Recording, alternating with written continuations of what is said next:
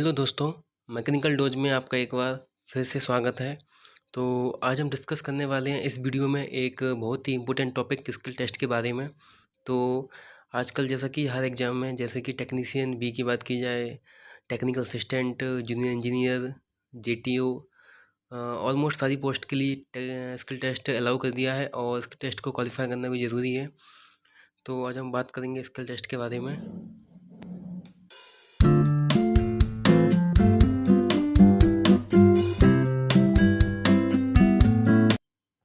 तो काफ़ी दोस्त कमेंट्स कर रहे थे और पूछ रहे थे कि सर जो स्किल टेस्ट होने वाला है इसरो का एसडीएससी के लिए और एचएसएफसी के लिए, तो उसके बारे में एक ओवरव्यू दें। किस टाइप का पैटर्न आता है, किस टाइप का सिलेबस है, किस टाइप के क्वेश्चंस आजकल स्किल टेस्ट में पूछे जाते हैं। तो आज हम इस वीडियो में ओवरव्यू लेंगे स्किल टेस्ट का और छोटे छोटे डाउट सारे क्लियर करेंगे इस वीडियो से। तो ये जो स्किल टेस्ट का वीडियो रहने वाला है वो केवल इसरो के टेक्निकल असिस्टेंट या टेक्नीशियन भी ही नहीं, बल्कि अदर एग्ज़ाम के जो स्किल टेस्ट होते हैं जैसे एचपीसीएल, ओएनजीसी, सेल, एनएनडीसी, एचयूआरएल, उनके लिए भी काफ़ी हेल्पफुल रहेगा। तो वीडियो को शुरू करने से पहले मैं अपने बारे में बता दूं, मैं देव एस और प्रेजेंटली मैं इसरो में वर्किंग में हूं और इसके अलावा मैंने और कई एग्ज़ाम्स भी क्वालिफाई किए हैं जैसे यूपीआरबीएनएल, एचयूआरएल, एनएलसी, एनसीएल। तो आइए वीडियो को शुरू करते हैं। वीडियो को शुरू करने से पहले एक अनाउंसमेंट है उन लोगों के लिए स्पेशली जो एसडीएससी और एचएसएफसी का स्किल टेस्ट देने वाले हैं। वो ये है कि एक स्पेशल वीडियो बनाया है स्किल टेस्ट के डिटेल्ड सिलेबस के ऊपर, जिसमें आपको स्किल टेस्ट का डिटेल्ड सिलेबस स्पेशली इसरो का जो सिलेबस है उसके पैटर्न के आधार पर वीडियो बनाई है।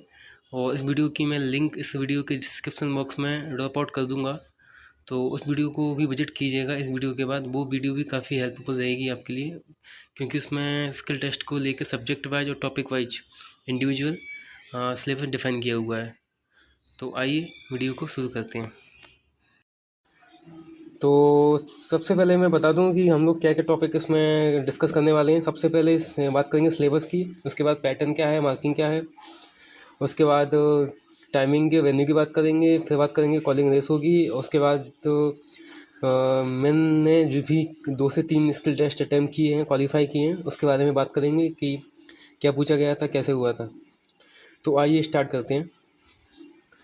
तो सबसे पहले बात करते हैं पैटर्न की। तो मैं पैटर्न का बता दूं कि बेसिकली जितने भी स्किल टेस्ट होते हैं इसरो के या आधा सेंटर के, वो 3 सेक्शन में ही मेजरली डिवाइड किए जाते हैं। जो आप देख सकते हैं कि ड्राइंग सेक्शन रहता है आपका, एक जॉब मेकिंग रहता है, एक आपका टेस्टिंग होता है। तो ड्राइंग सेक्शन में बात किया है तो ड्राइंग सेक्शन में आपसे ड्राइंग के क्वेश्चंस पूछे जाते हैं, जैसे कि आपको एक मैनुअली या आपको ऑटोकैड पर ड्राइंग दे सकते हैं जिसमें आपको और थोड़ा एक व्यू बनाने के लिए क्वेश्चन आते हैं। इसके साथ आपको थ्योरी क्वेश्चन भी वो दे सकते हैं ड्राइंग से रिलेटेड। इसके अलावा मैकेनिक्स ऑफ सॉलिड, तो कई सारे टॉपिक ड्राइंग के अंदर कवर होते हैं। जिसके बाद आता है जॉब मेकिंग। तो नाम से ही है जॉब मेकिंग, जैसे आपको कोई पर्टिकुलर शॉप की बात किया है, जैसे कि फोर्जिंग शॉप हुआ, फिटिंग शॉप हुआ या वेल्डिंग शॉप हुआ, तो इनसे रिलेटेड आपको शॉप में ले जाकर आपसे कोई जॉब तैयार करवाते हैं और उसी जॉब के बेसिस पर आपका बाइबा ले सकते हैं, या फिर आपसे मेजरमेंट करवा सकते हैं, आपसे थ्योरी क्वेश्चन पूछ सकते हैं, या फिर आपसे कई सारे कंपोनेंट की आइडेंटिफाई करा सकते हैं कि पर्टिकुलर कंपोनेंट क्या नाम है, किस टाइप का है।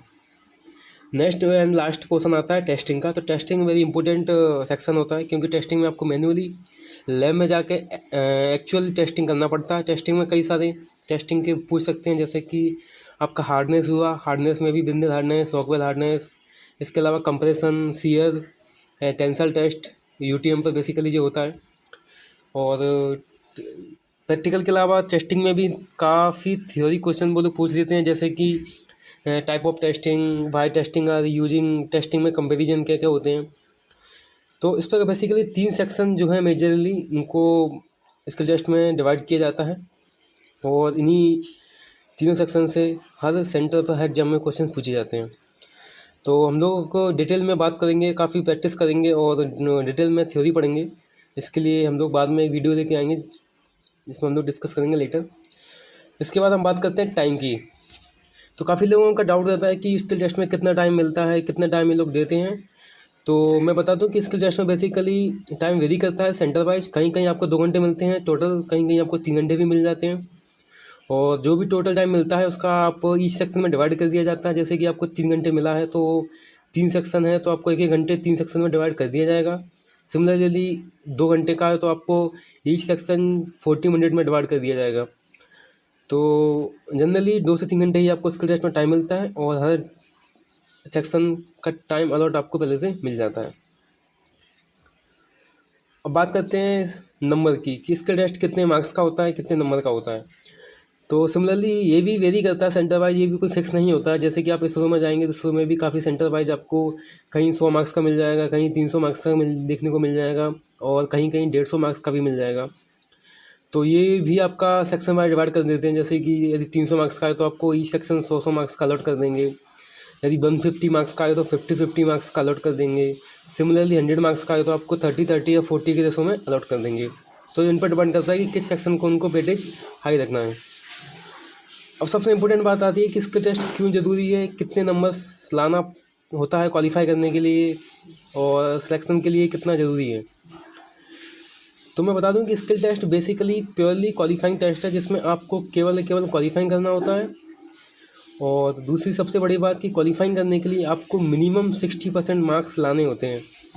चाहे आप किसी भी कैटेगरी के हों, जनरल से हों, SC ST से हों, OBC से हों, EWS से हों, आपको मिनिमम 60% मार्क्स लाने होते हैं।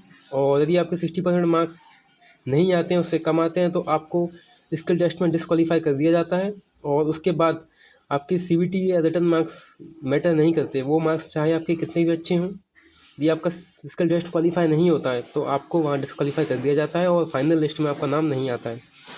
इसलिए जो भी लोग तैयारी कर रहे हैं स्किल टेस्ट की या तैयारी करेंगे, वो लोग स्किल टेस्ट को लाइटली ना लें, क्योंकि यदि स्किल टेस्ट क्वालिफाई नहीं होता है तो फिर आपका फाइनल में नाम नहीं आता है। इसलिए CBT के मार्क्स के साथ साथ स्किल टेस्ट भी बहुत ज़रूरी है क्वालिफाई करना। अब बात करेंगे रेसो की, तो कितने गुने बच्चे ये लोग बुलाते हैं रिटर्न के रिजल्ट के बाद। तो जनरली रिटर्न का जब रिजल्ट आता है, जब ये लोग शॉर्ट लिस्ट करते हैं, तो वैकेंसी के हिसाब से ये लोग जनरली 3 से 5 गुना के बीच बच्चों को स्किल टेस्ट के लिए बुलाते हैं। और कभी कभी 2.5 टाइम्स भी बुलाते हैं। जैसे कि VSSC में लास्ट टाइम हुआ था, जिसमें 2 बैच क्रिएट कर दिए गए थे, जिसमें से बैच 2 को उन्होंने होल्ड कर दिया था और बैच 1 में 2.5 टाइम बच्चों को ही बुलाया था। और जो भी उनकी रिक्वायरमेंट होती है, बच्चों की जो भी वैकेंसी होती है उसके हिसाब से कॉल करते हैं। तो मिनिमम 2.5 से मैक्सिमम 5 to 6 टाइम्स से लोग कॉल करते हैं। कभी कभी 10 टाइम्स भी बुला लेते हैं यदि वैकेंसी काफ़ी कम होती है रियल केस में। अब बात करते हैं मेरिट की।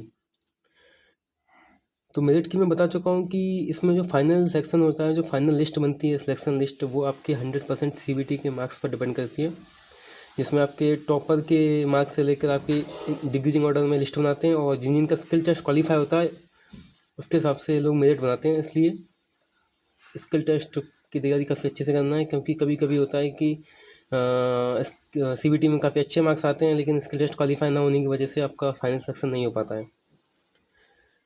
काफ़ी बच्चों का एक डाउट हो जाता है कि सर इसका स्किल टेस्ट कहाँ पर होता है, हमको सेंटर कहाँ पड़ता है।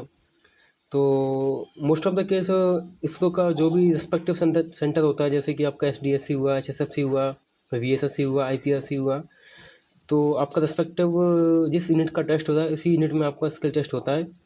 इसके अलावा वो लोग चाहें तो उस लोकल सिटी में किसी भी कॉलेज में हायर कर सकते हैं। जैसे कि कोई डिप्लोमा कॉलेज हुआ या फिर कोई डिग्री कॉलेज हुआ, तो उसमें भी ये लोग वेन्यू कर सकते हैं स्किल टेस्ट का। तो जो भी वेन्यू होता है वो लोग आपको एडमिट कार्ड में शो कर देते हैं। अब बात करते हैं टाइमिंग की कि कितना टाइम हमको स्किल टेस्ट की तैयारी करने के लिए मिलता है।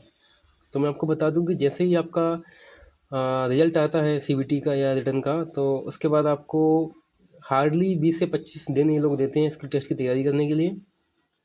इसलिए जो भी लोग SDSC की फाइनेंस की जैसे आई है, तो जो लोगों के अच्छे मार्क्स आ रहे हैं, जिन लोगों का श्योर है कि हो जाएगा रिटर्न में, तो वो लोग अभी से तैयारी करना शुरू कर दें। क्योंकि रिजल्ट का वेट ना करें, रिजल्ट के वेट के बाद ये लोग बहुत ज़्यादा टाइम नहीं देंगे और स्किल टेस्ट की तैयारी पूरी अच्छे से नहीं हो पाएगी। काफ़ी सिलेबस रहता है स्किल टेस्ट का। उसके बाद मैं शॉर्ट में बात करूँगा मेरे एक्सपीरियंस के, जो मैंने 2 से 3 स्किल टेस्ट दिए हैं, तो क्या क्या मुझसे पूछा गया था, क्या क्या हुआ था। तो मैं बता दूं कि जो मेरा स्किल टेस्ट हुआ था इसरो का, वो टोटल 100 मार्क्स का था, जिसमें 3 भागों में उसको डिवाइड किया गया था। एक आपका ड्राइंग का था, एक टेस्टिंग का था और एक आपका था जॉब मेकिंग का।